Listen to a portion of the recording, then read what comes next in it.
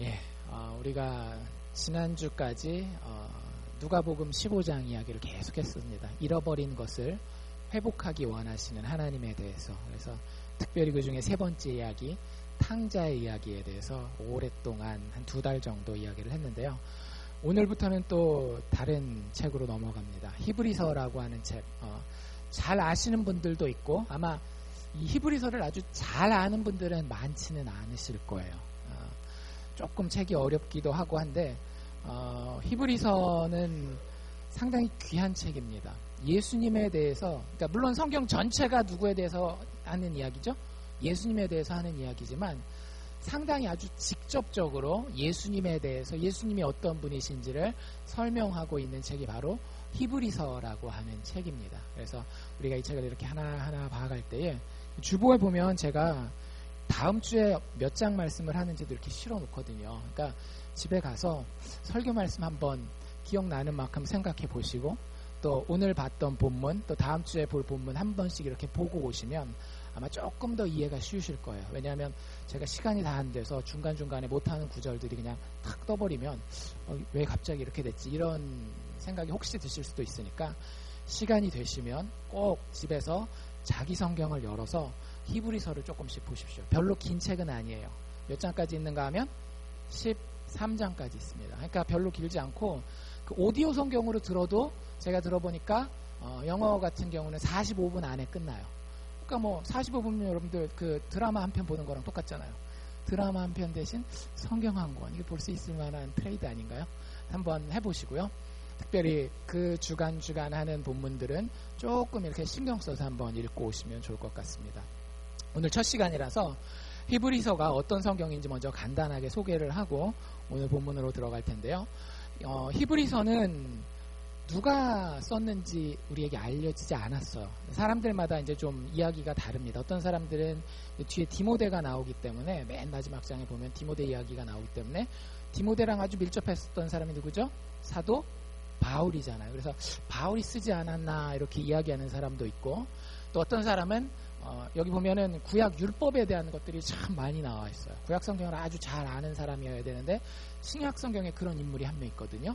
아볼로라고 했던 초대교회의 선생님이었어요. 성경 선생님, 성경 교사가 있는데 그 사람이 혹 쓰지 않았나라는 몇 가지 추측이 있긴 한데 책이 이야기하고 있지 않으니 알 도리가 없죠. 근데 확실한 건 있어요. 이 책을 받아보는, 이게 사실은 책으로 우리에겐 와 있지만 편지거든요. 긴 편지예요. 근데 이 편지를 누구에게 썼는지는 대부분의 사람들이 동의합니다. 여기 보면 누구에게 쓴다라는 말은 안 나와 있지만 책 제목 자체가 뭐예요? 히브리서죠. 여러분들 히브리라고 하는 말이 요즘 우리가 알아듣기 쉬운 말로 표현하면 주이시입니다. 유대인들이란 뜻이에요. 그래서 아마 이 성경책은 그 당시에 유대인들 중에 예수 믿었었던 사람들에게 쓰여진 편지인 것 같아요. 그리고 여기 이제 보면 히브리서의 주된 주제가 뭐냐면 교회 다닌다라는 것 때문에, 예수 믿는다라는 것 때문에 삶이 불편한 것, 그걸 두 글자로 핍박이라고 그러거든요.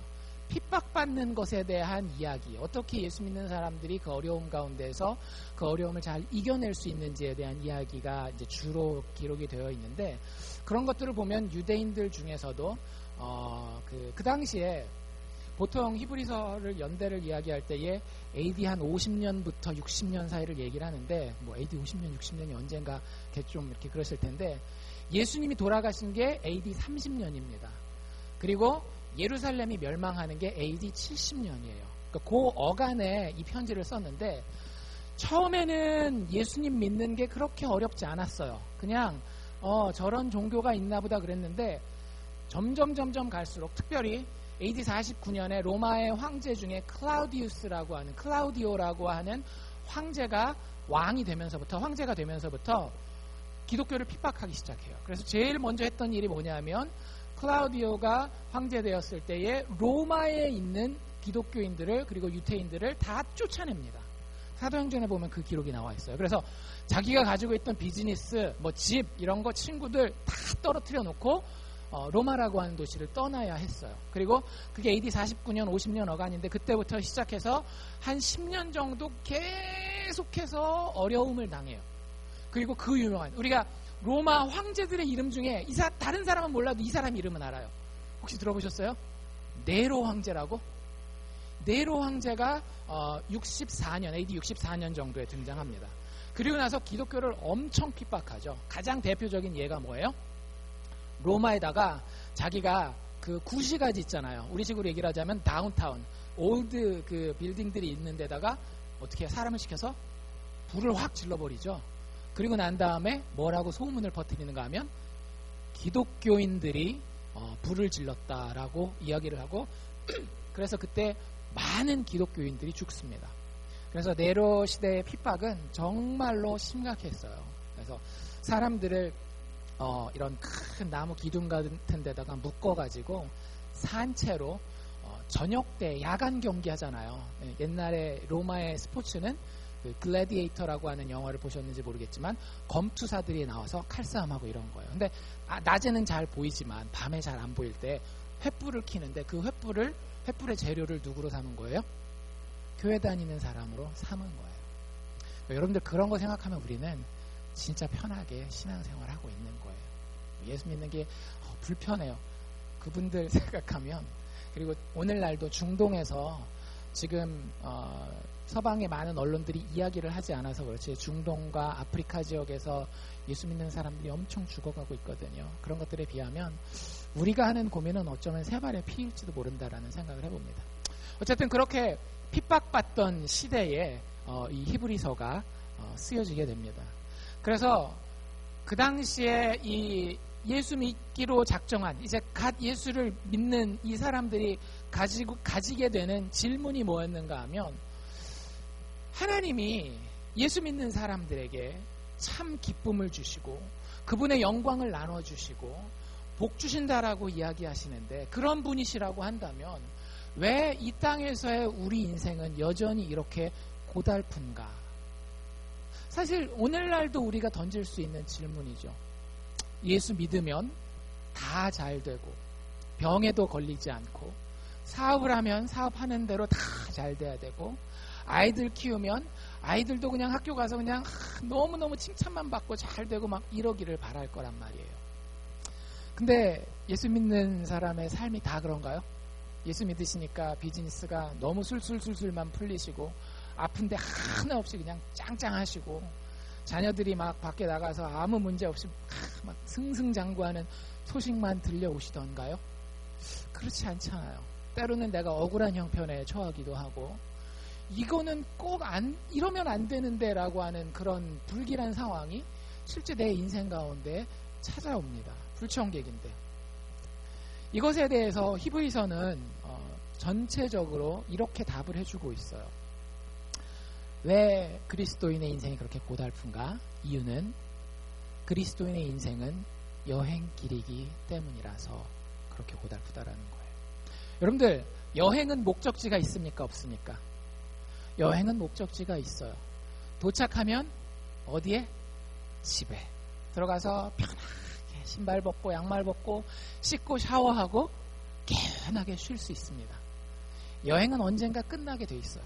우리로 하여금 그 여행은 더 성장한 사람이 되어서 집에 돌아가게 만듭니다. 우리의 인생이 예수 믿는 사람들의 인생이 그렇다라는 거예요. 여러분들 믿음이 있으시다라고 한다면 인생을 바라보는 시각을 달리하시기를 바랍니다. 여기가 우리의 집이 아니에요. 여기가 우리 자녀들이 마지막에 발 뻗고 자리 잡을 때가 아닙니다. 우리 자녀들이 이 땅에서 여행을 끝나면 저 하늘에 가게 될 거예요. 그때 우리 자녀들 하나님 앞에서 벌거벗은 모습으로 하나님이 너 저 바깥 어두운 데에 나아가 울며 이를 갈고 있으리라 라고 그 얘기 듣도록 해야 되겠습니까? 아니 남의 이야기까지 가지 말고 내가 이 인생을 살 때 이 인생이 내 집인 줄 알고 여기서 어떻게 해서든지 내가 나를 위하여 나의 편함과 나의 즐거움을 위하여만 인생을 산다라고 한다면 여러분들 인생에 대한 정말 잘못된 그림을 그리면서 살아가는 겁니다. 물론 그것을 믿고 안 믿고는 우리에게 달려있죠. 그런데 성경은 아주 자신 있게 이야기하고 있어요. 그리고 저도 여러분들에게 아주 분명하게 말씀드릴 수 있습니다. 여러분들이 지금 얼마나 좋은 일을 겪고 있건, 여러분들이 지금 얼마나 나쁜 일을 겪고 있건, 여러분들은 지금 여행길을 걸어가는 중일 뿐이에요. 곧 여러분의 집에 도착하게 됩니다. 그게 어떤 분들에게는 1, 20년 남았을 수도 있고요. 어떤 분들에게는 7, 80년이 남았을 수도 있어요. 그런데 결론은 여행이 끝난다라고 하는 겁니다. 우리들의 지침은 마침내 그 집에 도착했을 때에 휴식과 안식을 누리게 될 것이고요. 우리가 여기서 소외받고 억울하고 수치스러운 일이 있는 그것은 마침내 이 여행길의 끝에 아버지의 안아주심 가운데에 다 회복될 줄로 믿습니다. 그런 인생의 여정이기에 우리의 삶에는 여전히 고난과 고달픔이 있을 수 있다라고 하는 거예요. 근데 그거 힘들어서 집에 가는 길을 포기하면 되겠어요, 안 되겠어요? 그게 제일 미련한 거예요. 여행하다가 그게 힘들다고 집에 가는 걸 포기하면 그것만큼 힘든 일이 없는 겁니다. 그것만큼 미련한 일이 없는 거예요. 그래서 히브리서는 이 여정을 잘 마치기 위해서는 이 길을 꾸준히 걸어가야 하는데, 그 길을 꾸준히 걸어갈 수 있는 길이 무엇인가 하면 우리의 시선을 예수 그리스도에게 고정하는 것이라고 이야기하고 있습니다. 이게 이 책의 결론이에요. 여러분들 인생을 제대로 잘 살아가고 싶으십니까? 여러분들의 시선을 어디다가 고정하느냐가 여러분들의 인생의 여정, 그 여행길의 승패를 가르는 거예요. 우리의 시선이 사람에게만 혹은 물질에게만 다가가 있다라고 한다면 우리는 반드시 인생길의 여정에서 길을 잃고 헤매고 고생하게 됩니다. 하지만 하나님이 우리에게 주신 구원의 길이신 예수 그리스도에게 우리의 시선을 고정해 놓고 있으면, 12장에 나와 있는 표현대로라면 예수를 바라볼 수만 있다면 우리의 인생은 반드시 집을 향하여 갈 수 있는 승리하는, 성공하는 인생 여정이 될 것이라고 히브리서는 우리에게 약속하고 있습니다. 그것에 대해서 우리가 조금씩 자세히 살펴보게 된다라는 거예요. 오늘 이제 1장과 2장 앞부분까지 읽었는데 중간은 저희가 빼고 읽었습니다. 집에 가서 한번 조금 읽어보십시오. 중간도 사실은 저희가 조금 더 다루면 좋은데 시간이 그렇게까지는 안 될 것 같아서 앞부분 두 부분만 보게 되는데, 여러분들 커뮤니케이션이라고 하는 말 많이 들어보시죠, 그렇죠? 커뮤니케이션 중요합니까? 안 중요합니까? 중요하죠. 의사소통이라고 하는 거는 상당히 중요합니다. 특별히 현대 사회가 되면서 커뮤니케이션은 사람이 인생을 살아가는 데 있어서 가장 중요한 그 요소들 중에 하나가 됐어요. 제가 얼마 전에 본 그 책에 나와 있는 그 짧은 그 표현이 뭐가 있었는가 하면, 여러분들 자녀들 대학에 보내잖아요. 그럼 대학들이 억수로 많은 돈을 투자해서 자기네 학생들을 가르치는 게 있대요. 브라운 같은 경우는 몇십억 달러를 매해 투자를 하고, 아이비리그 우리가 아는 좋은 학교들은 신입생들이 들어오면 이거를 잘 하도록 만들기 위해서 돈을 엄청 투자한답니다. 뭘까요? 글쓰기. 똑같은 학력을 가지고 있어도, 똑같은 전공을 공부를 했어도 그 사람이 다른 사람한테 얼마나 자기 생각을 잘 전달할 수 있느냐에 따라서 연봉 차이가 많게는 몇 배까지 차이가 날 수 있대요. 그러니까 그만큼 의사소통이라고 하는 거는 상당히 중요해요. 커뮤니케이션이 안 되면 인생이 고달프고요. 커뮤니케이션이 잘 되면 인생이 참 편해요. 예를 들자면 여러분들 이 커뮤니케이션의 대표적인 예 중에 하나가 뭐냐면 광고예요. 커머셜들 TV 보면 나오잖아요. 광고를 잘 해서 사람들에게 이 물건이 꼭 필요하다라고 의사소통을 잘 전달했어요. 그러면 의사소통 잘 한 거 가지고 나한테 뭐가 생겨요? 돈이 생겨요, 여러분들. 의사소통 하나 잘하는 것만 가지고도 돈이 생긴단 말이죠. 또 똑같은 정치인들이라 할지라도 연설을 아주 잘하는 정치인들이 있어요. 오바마 같은 경우 정말 연설을 잘하거든요. 근데 정치인들이 그렇게 연설을 통해서 의사소통을 잘하면 뭐를 얻게 돼요? 표를 얻게 된단 말이에요. 표는 곧 힘이란 말이죠. 권력이란 말이에요. 그러니까 의사소통을 잘하는 것만을 통해서도 돈도 따라오고 권력도 따라오는 거예요. 근데 거꾸로 의사소통을 잘 못해요. 이게 마음은 있는데 표현이 안 돼. 분명히 똑같은 생각을 하는 건데 말만 하면 막 말다툼이 생겨요. 나라와 나라 사이에 그렇게 의사소통이 안 되면 어떤 일이 벌어집니까? 국제적인 위기가 벌어지고 심각할 때는 전쟁도 일어나는 거잖아요. 그렇죠? 뭐 그렇게 넓게 볼 필요 없이 남편과 아내 사이에도 그렇게 좋아라 결혼을 했는데 의사소통이 안 돼요. 남편이 얘기하는 게 아내한테는 이해가 안 되고 아내가 요구하는 걸 남편은 도저히 상상할 수도 없는 세계의 이야기로 받아들인단 말이에요. 그럼 어떻게 돼요? 서로 사랑해서 같이 살긴 하지만 스트레스 만빵, 힘든 삶을 살게 된다라고 하는 거죠. 그렇기 때문에 이 의사소통이라고 하는 것은 내가 무언가 나의 뜻을 전달하고 그 사람이 그것을 알아듣고 그 사람이 또 자신의 뜻을 전달했을 때 내가 그것을 알아듣는다라고 하는 것은 상당히 중요해요. 학생들도 결국에는 학생들의 결과는 성적이잖아요. 성적은 어디서 나오는지 아세요? 의사소통에서 나오는 거예요. 선생님이 이야기를 했는데 그걸 알아먹으면 수업이 재밌는 거예요. 그럼 쭉 따라갑니다. 그럼 결과가 좋을 수밖에 없어요. 선생님이 얘기를 하는데 둘 중에 하나겠죠. 자기가 집중을 안 했거나 선생님이 영 못 알아듣게 설명을 하거나. 그럼 어떻게 될까요? 의사소통이 안 됐고 그 결과 어떻게 돼요? 성적이 떨어지고 관심이 멀어질 수밖에 없는 거예요. 그 선생님뿐만 아니라 그 과목 자체가 싫어지잖아요. 여러분들, 그런 의미에서 우리가 인생을 사는 데에 있어서 우리에게 가장 중요한 존재가 하나님이라고 한다면 하나님과 의사소통하는 것은 우리의 인생에 가장 중요한 것입니다. 여러분들 하나님과 의사소통하고 계십니까? 하나님이 여러분들에게 말씀하고 계세요? 그래서 그걸 알아듣고 계세요? 그리고 여러분들이 하나님께 여러분들의 말을, 여러분들의 상황을 얘기하고 계십니까? 그리고 하나님이 정말 듣고 계세요? 여러분들 그게 신앙생활이에요.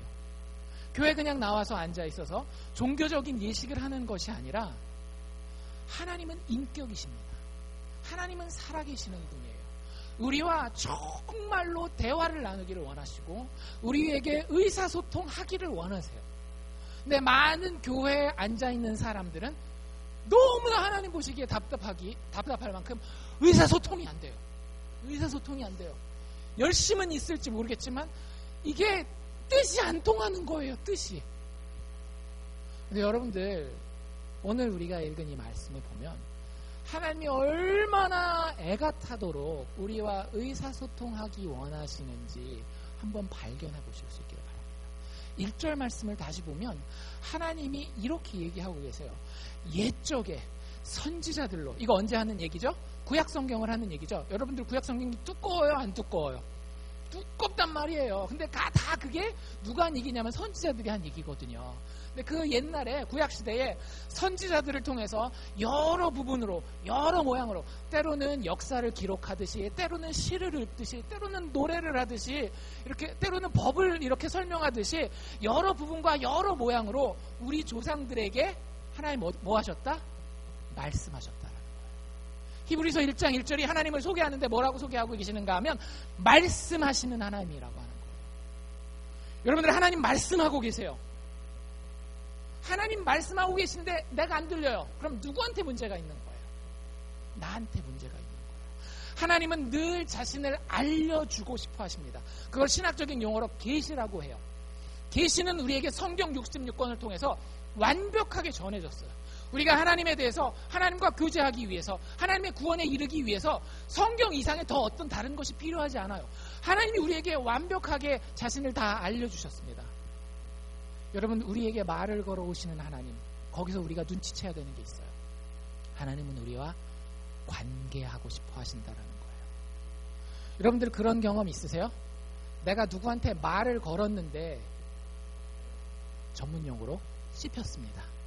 내가 말을 걸었는데 못 들은 척, 아니면 진짜 못 들었을지도 모르죠. 근데 내가 막 말을 딱 걸었는데 그 사람이 대꾸를 안 해요.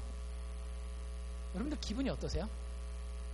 상당히 안 좋아요.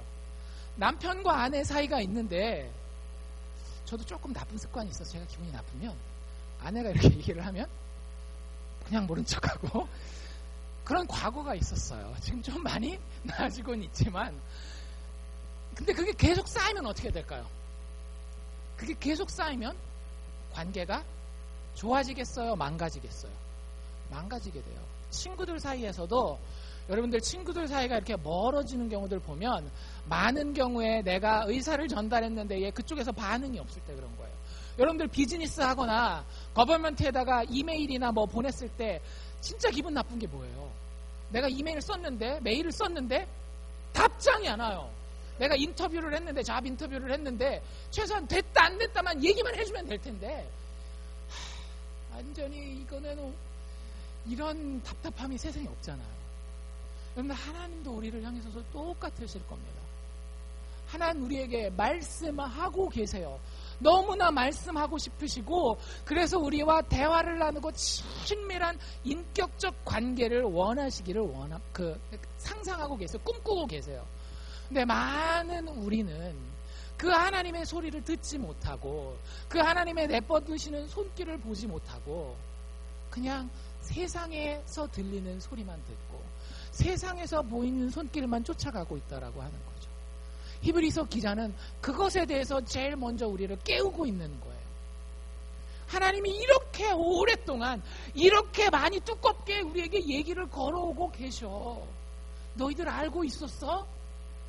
이게 히브리서 저자가 처음 1장 1절에서 우리에게 던지고 있는 말씀입니다. 의사소통이 잘 돼야 되겠죠. 커뮤니케이션이 잘 돼야 되는 거예요. 근데 우리 얘기 말고, 우리 얘기는 좀 부담스러우니까, 구약 성경에 있었던 하나님이 대화를 나누기 원했었던 대상은 우리가 흔히 알고 있는 이스라엘 사람들이잖아요. 그렇죠? 근데 그 이스라엘 사람들은 하나님과 대화를 잘 했을까요? 못했을까요? 우리가 역사를 보면 알지만, 성경책을 조금 아시는 분들은 이스라엘 백성들은 하나님이 그렇게 구약 성경 내내 선지자들을 통해 이야기했음에도 불구하고 하나님과 커뮤니케이션이 잘 안 됐어요. 잘 듣지 못했습니다. 듣지 않았어요. 의도적으로. 그래서 하나님이 추가적으로 하나님의 백성들에게 이야기를 해주어야 할 필요가 있었어요. 그것에 대해서 2절에 이렇게 얘기를 합니다. 이 모든 날 마지막에, 여러분들 성경의 마지막 때는 언제인가 하면 예수 그리스도의 오심부터 다시 오심의 때를 마지막 때라고 얘기를 합니다. 우리가 종말하면 막 뭐 지구가 이상하게 되고 막 전쟁이 나고 막 이런 것만 생각하는데, 예수님이 오신 그때부터 이미 마지막 날은 시작된 거예요. 근데 그 마지막 날에 아들로 우리에게 말씀하셨다라고 얘기를 해요. 여러분들 마지막 날 얘기했으니까 더 이상 얘기할 필요가 있다는 얘기예요? 없다는 얘기예요? 더 이상 얘기할 필요가 없다는 얘기예요. 여러분들, 하나님이 하나님 자신에 대해서 여러 가지 방법으로 막 설명을 했는데 못 알아들었을 때에 마지막으로 최종적으로 내가 진짜 이런 존재야 라고 사람들에게 이야기할 때에 누구를 통해서 이야기를 하셨는가 하면 예수 그리스도를 통해서 말씀하셨어요. 여러분들, 정말로 여러분들이 신이라고 하는 존재가 있다라고 한다면, 신이라고 하는 존재가, 하나님이라고 하는 존재가 있다고 한다면, 여러분들, 하나님이 자기 자신에 대해서 나는 이런 사람이야 라고 이야기하는 최종적인 선언이 누구를 통해서 드러났다라는 것을 알아야 되는가 하면 예수 그리스도를 통해서 드러났다라는 것을 알아야 돼요. 예수님이 아니고는 우리가 하나님이 우리에게 어떤 말을 하시는지를 알아들을 수가 없어요. 그래서 예수님을 통해서 마지막으로 말씀하셨다라는데, 여러분들 조금 어려운 말을 쓰죠. 관계에 있어서의 최종적 선언이라고 하는 게 있습니다. 말이 너무 어렵죠. 관계에 있어서의 최종적 선언. 이게 뭐냐면, 여러분들이 사랑하는 사람이 있어요. 그럼 결혼하잖아요. 결혼식 전까지는 우리의 마음 가운데는 어떤 마음이 있어요? 결혼만 하면 파라다이스가 시작되어서 저 사람은 나를 위해서, 나는 저 사람을 위해서 목숨을 바치고 서로 사랑하고 아낌없이 살아가 그 행복한 가정을 이룰 것이라고 생각을 해요. 근데 결혼해서 딱 눈 떠보니까 어때요? 내가 상상하던 그 사람이 아닌 거예요. 그럼 여러분들 어떻게 하십니까? 물러요? 그럴 수는 없죠. 결혼 하나님이 주신 선물인데. 그때부터 여러분들 어떻게 해요? 그때부터 밀당이 시작되는 겁니다. 밀고 당기고가 시작되는 거예요. 내가 얼만큼까지 이 사람한테 받을 수 있는지를 생각해보고, 이 사람이 얼마까지 양보할 수 있나 생각해보고, 나는 또 얼마나 양보해야 되고 얼마나 양보 안 해야 되는지 뭐 이런 거에 대한 밀당이 계속 시작되는 거예요. 그래서 결혼을 오래 잘 건강하게 지속할수록 결혼 관계가 어때요? 좀 안정적이고 평안하고 그래 보여요. 근데 이게 잘 안 되면 어때요? 결혼이 막 흔들리고 힘들고 자기도 힘들고 밖에서 볼 때도 참 이게 불안불안한 거예요. 근데 여러분들 그 밀당을 하는 과정에서 서로 이해하고 이거는 저 사람 좀 양보해야지, 이거는 내가 좀 양보해야지, 이렇게 하는 가운데에 이런 부분 혹시 발견하셨는지 모르겠어요. 이 부분만은 저 사람에게 도저히 양보가 안 되는 부분이 있을 거예요. 그런 거 있으신가요? 발견하셨나요? 자기 배우자에게서? 친구들의 관계에서도 마찬가지예요. 이 말은 저 사람한테 하면 안 돼. 뭐 예를 들자면 저 사람 앞에서는 키 얘기는 하면 안 돼. 뭐 이런 그 사람의 최종 보루가 있습니다. 자기에 대한 최종 선언이 있는 거예요. 그게 아주 분명하게 말을 통해서 이 부분은 건들지 마 이렇게 얘기가 되는 경우도 있고요. 아니면 그 사람의 눈짓이나 그 사람의 어떤 태도나 반응을 통해서 사람들은 반드시 최종적으로 양보할 수 없는 자기에 대한 선언이 있어요. 관계에서는 그 부분이 절대 양보되지 않습니다. 그 부분을 인정해야 그 관계는 유지가 될 수 있고 안정적으로 발전할 수 있는 거예요. 그게 안 되면 어떻게 될까요? 둘 중에 하나겠죠. 깨지거나 아니면 아주 기계적인 관계. 살긴 살아도 누구랑 사는 거예요? 사람이랑 사는 게 아니라 로봇이랑 사는 거예요. 여러분들 예전에 영화 중에 2000년대 초반에 그 데미 무어가 나왔던 영화 중에 아주 흥미로운 영화가 있었어요.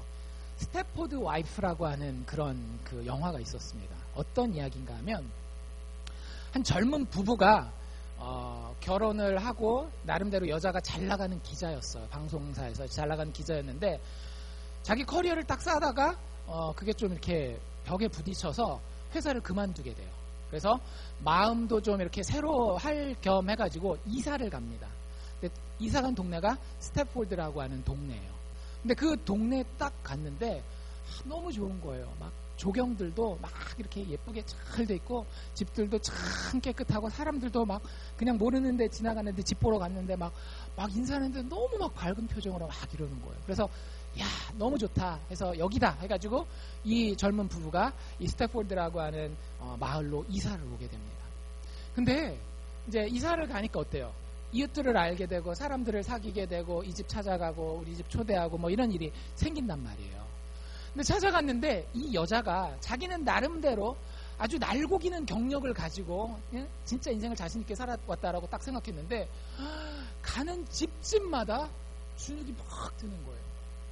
세상에 아내들이 이렇게 완벽할 수가 없어요. 남편이랑 딱 얘기를 하는데 너무 나긋나긋하게 부드럽게 얘기를 하고 남편이 하는 모든 얘기에는 예 여보, 영어로 뭐예요? Yes dear, yes dear. 와, 그리고 집이 너무 깨끗한 거예요. 부엌이랑 막 카페트 구석구석을 아무리 살펴봐도 빈틈이 하나가 없어요. 요리해서 나오는 거 보면 너무 막 야 이런 레시피가 있었어 할 정도로. 그걸 어쩌다가 골프라도 같이 치러 부부 동반으로 골프 치러 딱 가잖아요. 아내가 프로페셔널 캐디보다도 더 잘 캐디를 봐주는 거예요. 남편은 골프 치는데 여보 나이스 샷 막 이래가면서 와 그러니까 주눅이 확 들어가지고 야, 이거 어떻게 해야 되나. 그러니까 남편 마음속에도 어떤 마음이 슬슬 들기 시작했는가 하면 우리 아내도 좀 저랬으면 하는 그 마음이 슬슬 들기 시작합니다. 그래가지고 그 동네에 남자들이 모이는 남자 모임이 있었어요. 클럽 같은 데 그 남자 클럽이 있는데 거기 가서 몇 번 참석을 하다가 이제 비밀을 하나 알게 돼요.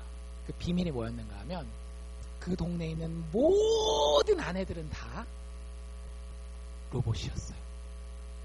아내들을 그 남편들이 하도 바가지를 긁고 막 그러니까 자기 말 잘 들을 수 있도록 요만한 마이크로칩을 뇌에다가 심어서 리모트 컨트롤로 조절하는 거예요. 그래서 거기 영화에 보면 이게 고장 나가지고 yes dear, yes dear, yes dear 이렇게 돌아가는 이런 장면도 나와요. 그러니까 그 사실을 알고 이 남편이 고민을 합니다. 과연 나는 로봇처럼 내가 원하는 나의 이상대로 그저 내 말에 yes dear, yes dear, 예 여보, 예 여보 하는 그런 아내를 원할 것인지, 그런 아내와 살 것인지, 아니면 나와 좀 충돌이 있더라도 나와 다른 인격체로서 그 여자가 있는 그대로, 그 여자가 나에게 나는 이런 여자야라고 이야기했다라고 한다면 그것을 그대로 받아들여서 그 여자를 있는 그대로 받아들이는 결혼 생활을 할 것인지에 대해서 고민을 하게 됩니다. 마지막에 어떤 결론을 내릴까요, 이 남자가? 이걸 알려드리면 비디오 업계에 큰 누가 되기 때문에 궁금한 분들은 인터넷을 찾아보시거나 영화를 보시면 될 것 같습니다. 여러분들이라면 어떻게 하시겠어요? 여러분들이 그 남편이라면 로봇으로 만들어서 그 아내를 데리고 사시겠습니까? 아니면 그냥 좀 힘들더라도 그 여자가 있는 그대로 받아들이면서 살아가겠습니까? 저라면 좀 힘들더라도 다른 점이 있다 할지라도 그 여자가 나는 이런 여자야 라고 나에게 드러낸 그 모습 그대로 그 여자와 살기를 원할 거예요. 저는 지금 그런 여자랑 살고 있습니다. 저희 아내가 보면 양보가 안 되는 부분이 있어요. 그 부분은 어떻게 해볼 수가 없어요. 왜냐하면 진짜 그런 걸 느껴요. 내가 이 부분을 잘못 건드렸다가는 이 여자가 죽을 수도 있겠다, 이런 생각이 들어요. 그래서 그 부분에 대해서는 이 사람이 나에게 드러난 최종적 선언이구나라는 걸 받아들여야 돼요. 그래야 그 관계가 안정적으로 유지되고 그리고 발전할 수 있는 겁니다. 여러분들, 우리와 하나님과의 관계도 마찬가지예요. 하나님이 예수 그리스도를 통해서 내가 어떤 존재다라고 도저히 양보할 수 없는 부분을 이야기를 하고 계세요. 성경에 보면 하나님이 양보할 수 있는 부분도 있어요. 양을 바쳐라, 뭐를 어떻게 하라, 율법적인 부분들 있잖아요. 그 부분은 하나님이 얼마든지 다른 방식을 통해서 우리와 접근할 수 있는 부분이 있습니다. 그런데 예수 그리스도를 통해서 하나님이 내가 이런 하나님이야 라고 선언한 부분에 대해서는 우리가 정말로 잘 알아야 되고, 그 하나님이 내가 이 부분은 하나님에 대해서 온전히 그대로 받아들여야 되는구나 라고 하는 부분이 있다라고 하는 거예요. 여러분들, 그렇다면 그 예수에 대해서 얼마나 알고 계십니까? 예수님이 하나님의 최종적인 선언이라고 하신다면 하나님과의 올바른 관계를 위해서는 우리가 예수를 알지 않고는 참 하나님을 알고 그분과의 인격적인 관계를 가지기 위해서는 나의 이상을 내려놓고 성경에 드러나 있는 예수를 바라보며 그분에 대해서 바로 알아가야 된다고 하는 거예요. 여러분들에게 예수는 누구십니까? 내가 기도하면 그 기도대로 잘 응답해 주시는 그분이요?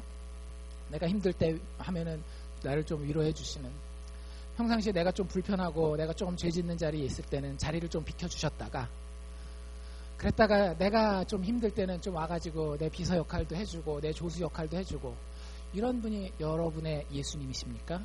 그분이 여러분의 하나님이십니까? 오늘 우리가 읽은 히브리서 말씀이 이렇게 얘기하고 있어요. 3절에 보면 예수를 가리켜서 이렇게 얘기합니다. 예수 그리스도는 하나님의 영광의 광채라고 하는 거예요.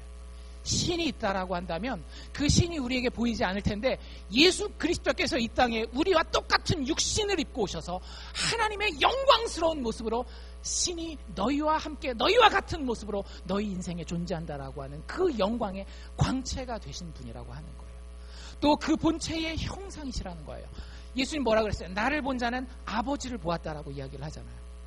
또 그분은 그의 능력의 말씀으로 만물을 붙들고 계시고 모든 죄를 정결케 하시고 하나님 우편에 앉아 계신 분이라고 이야기를 합니다. 여러분들에게 예수님 이렇게 귀한 분이십니까? 이렇게 능력 있으신 분이십니까? 여러분들 잘 생각해 보세요. 여기서 여러분 집까지 얼마나 걸리세요? 몇 마일 정도 되십니까? 제일 오래 걸리시는 분들이 한 60마일 정도 될까요? 60마일 좀 넘으실래나? 1시간 내내 달리는 게 60마일이잖아요. 그쵸? 60마일, 70마일일 거예요. 상당히 멀죠. 걸어가면 못 갑니다. 길도 없고, 미국은 인도도 안 만들어 놓고 그래가지고. 여러분들, 우리 지구에서 태양까지는 얼마나 될까요? 여기서 제일 집 먼 사람이 교회에서 집까지 한 60마일, 70마일이라고 한다면 우리 지구에서 태양까지는 거리가 얼마나 될까요? 그걸 물어보는 제가 나쁜 놈이죠. 그쵸? 예. 숫자로 따지면 이렇대요. 92 million miles. 얼마나 되는 거죠? 한국말로 따지면, 마일로 따지면 100만 마일, 200만 마일, 9,200만 마일이에요. 그러니까 9,200만 마일을 여러분들 상상하실 수 있으시겠어요? 상상할 수 없는 거리예요. 그런데 여러분들 한번 가정을 해봅시다. 우리 지구에서 태양까지의 거리를 요 종이 한 장 두께라고 합시다. 여기서 여기까지가 어디서부터 어디까지라고요? 여기가 지구, 요 끝에가 태양이에요. 됐죠? 요게 요 종이 한 장의 두께가 지구에서 태양까지의 거리입니다.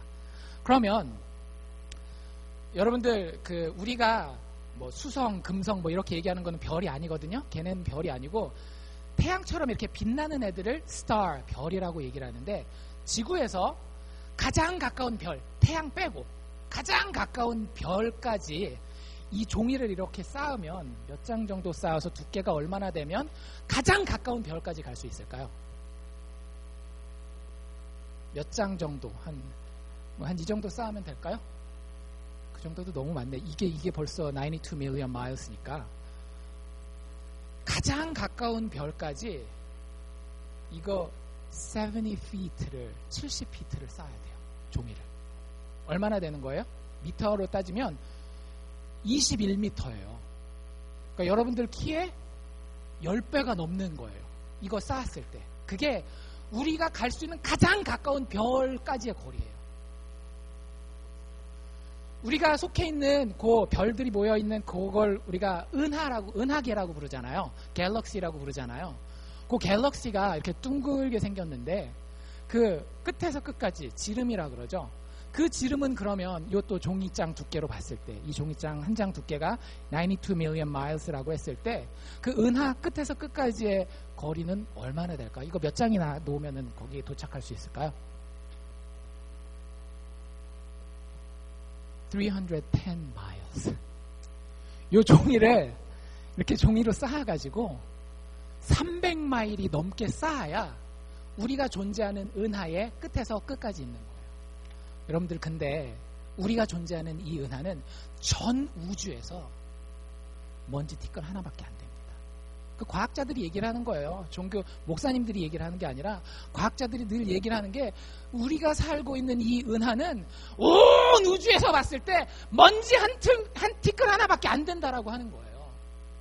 여러분들, 그 은하에, 그 작은 태양계에, 아주 작은 별 지구에 우리가 살고 있어요. 여러분들, 지구 밖에서 여러분들이 어디 있는지 점이나 찍을 수 있겠어요? 도저히 불가능한 일이잖아요. 그런데 그 온 우주를 성경이 뭐라고 얘기를 하고 있어요? 그의 능력의 말씀으로 만물을 붙들고 계시는 그분이 하나님이시요, 그분이 예수님이라고 얘기를 하는데, 그분이 내 개인 비서밖에 안 되나요? 우리 그렇게 알고 예수 믿고 있나요? 여러분들, 우리가 예수 믿는다라고 얘기했을 때는 아주 엄청난 결단을 하는 겁니다. 온 우주를 붙들고 계시는, 말씀 한마디로 붙들고 계시는 그 능력의 하나님이 나와 똑같은 육체를 입고 와서 너 내 친구 하자라고 이야기를 하는 거예요. 빌 게이츠가 와서 여러분들에게 너 내 친구 하자고만 해도 여러분들의 운명을 쥐고 있는, 예를 들면 학생들 같은 경우는 대학 입학처장이 여러분들에 와가지고 너 우리 학교에 와서 나랑 같이 공부하자고만 해도 내 심장이 두근두근 벌렁벌렁 할 텐데, 온 우주의 주인 되시는 그 하나님이 내 옆에 나와 똑같은 몸을 입고 오셔서 너 나랑 친구하자라고 하는 거예요. 그게 예수 믿는 겁니다. 그 예수를 알지 못하고 예수 믿는다라고 말할 수 있겠어요? 오직 말씀의 능력으로 이 우주를 붙들고 계시는 그분, 그저 어떻게 나의 개인 비서 정도로만 사용할 수 있습니까? 그분이 만약 계시다라고 한다면, 여러분들, 그래서 기독교의 이 선포 앞에는 두 가지 가능성밖에 없어요. 그 말도 안 되는 엉뚱한 얘기다라고 밟아버리거나, 아니면 이 앞에 납작 엎드러져서 당신 진짜 어떤 분인지 내가 모든 것을 드리겠습니다. 두 가지 길 외에는 예수님의 자기 선언 앞에 우리가 보일 수 있는 다른 중간지대라는 건 없습니다. 그냥 대충 교회도 왔다 갔다 하고 세상도 좀 하고 이런 건, 그거는 정말 일관성이 없는 삶이에요. 예수가 이렇게 이야기를 하셨다라면 이 사람은 사기꾼이거나 정신병자거나 그래서 내가 아주 무시하거나 밟아버리거나 그래야 될 사람이거나 아니면 진짜 자기가 이야기하신 그대로 하나님이라고 하는 거죠. 여러분들 이 예수와 의사소통하실 수 있기를 바랍니다. 이 예수와 정말로 대화를 나누실 수 있기를 바라요. 여러분들 하나님과 막힘없이 의사소통하는 방법이 2장 1절에 나와 있는데요. 이렇게 이야기하고 있습니다. 그러므로 모든 들은 것을 우리가 더욱 간절히 삼갈지니. 말이 좀 어려워요. 삼간다라는 말이 무슨 얘기인가 하면 잘 조심해서 집중하는 거예요. pay attention이라는 말을 씁니다. 근데 실제 영어 단어에 보면 뭐라고 그랬는가 하면 pay more careful attention이라는 표현을 써요. 그러니까 pay attention이라는 게 집중하다라는 뜻이잖아요. 근데 그 앞에 careful이라고 하는 아주 조심스럽게라는 단어, 그리고 그 앞에다가 more이라고 하는 단어까지 써가면서, 그게 왜 그런가 하면 실제 그 성경 원어 그릭 그 헬라어에 나와 있는 표현이 이 하나님을 아는 그 집중도에 대해서 설명하는 단어가 아주 강력한 단어예요. 그냥 대충 믿었으니까 이제 됐지, 그렇게 하면 어떻게 된다라고 얘기를 하는가 하면 혹 흘러 떠내려간다라고 얘기를 했어요. 그렇게 신앙생활하면 반드시 우리는 떠내려갑니다. 여기서 떠내려간다는 말은 뭐냐면 배를 그 정박하려고 묶어놨는데 그 묶어놓은 끌이 풀러진 걸 얘기를 하는 거예요. 그럼 어떻게 되겠어요? 여기저기 물길에 흘러서 정말 길을 잃고 여기저기 떠다닐 수밖에 없다는 거예요. 우리가 예수 믿는다라고 얘기를 하지만 하나님 앞에 그만큼 의사소통하기 위해서 집중하지 아니하면 똑같이 세상 사람들과 마찬가지로 우리의 인생 여기저기 떠도는 인생이 될 수밖에 없다라고 이야기하고 있습니다. 그것이 아니라 집중을 넘어선 집착, 강박에 이를 정도까지 예수 그리스도에게 우리의 온 정신과 마음과 생각을 드리는 것이 우리가 정말로 하나님과 제대로 의사소통할 수 있는 방법이라는 겁니다. 예수 그리스도를 통해 드러난 하나님의 은혜의 복음에 집중하는 것. 여러분들 그분은, 예수 그리스도는 정말 크신 분이에요. 그 온 우주를 만드신 그분이에요. 그런데 그분이 어떻게 우리에게 나타나셨어요? 육체를 입고 우리와 똑같이 나타나셨을 때 하나님, 우리가 1장 1절에서 하나님 어떤 하나님이라고 소개받았어요? 하나님은 말씀하시는 하나님이라고 소개하셨죠. 하나님 말하는 거 참 좋아하시는 분이에요. 되게 좋아하세요. 근데 잘 생각해 보세요. 예수님이 십자가에 못 박히셨을 때에 하나님 아버지께서 말씀하시잖아요. 침묵하십니다. 왜 그랬을까요? 예수님은 십자가에 오르시기 전까지 그 죽기 전날까지도 아버지와 계속 이야기를 했던 사람이에요. 그렇잖아요. 겟세마네 동산에서 이야기하는 모습 보세요. 그 기도를 통해서. 그만큼 하나님과 그 하나님 아버지와 성자 예수님의 관계는 뗄래야 뗄 수 없는 아주 깊은 관계였습니다. 그런데 십자가 위에서 예수님이 아버지라고 불렀을 때에 하나님 아버지께서 침묵하심으로 그 관계가 깨어져요. 무엇을 위해서? 우리의 관계가 하나님 아버지에게 회복되기 위해서. 그게 예수께서 우리에게 전하고자 하는 메시지입니다.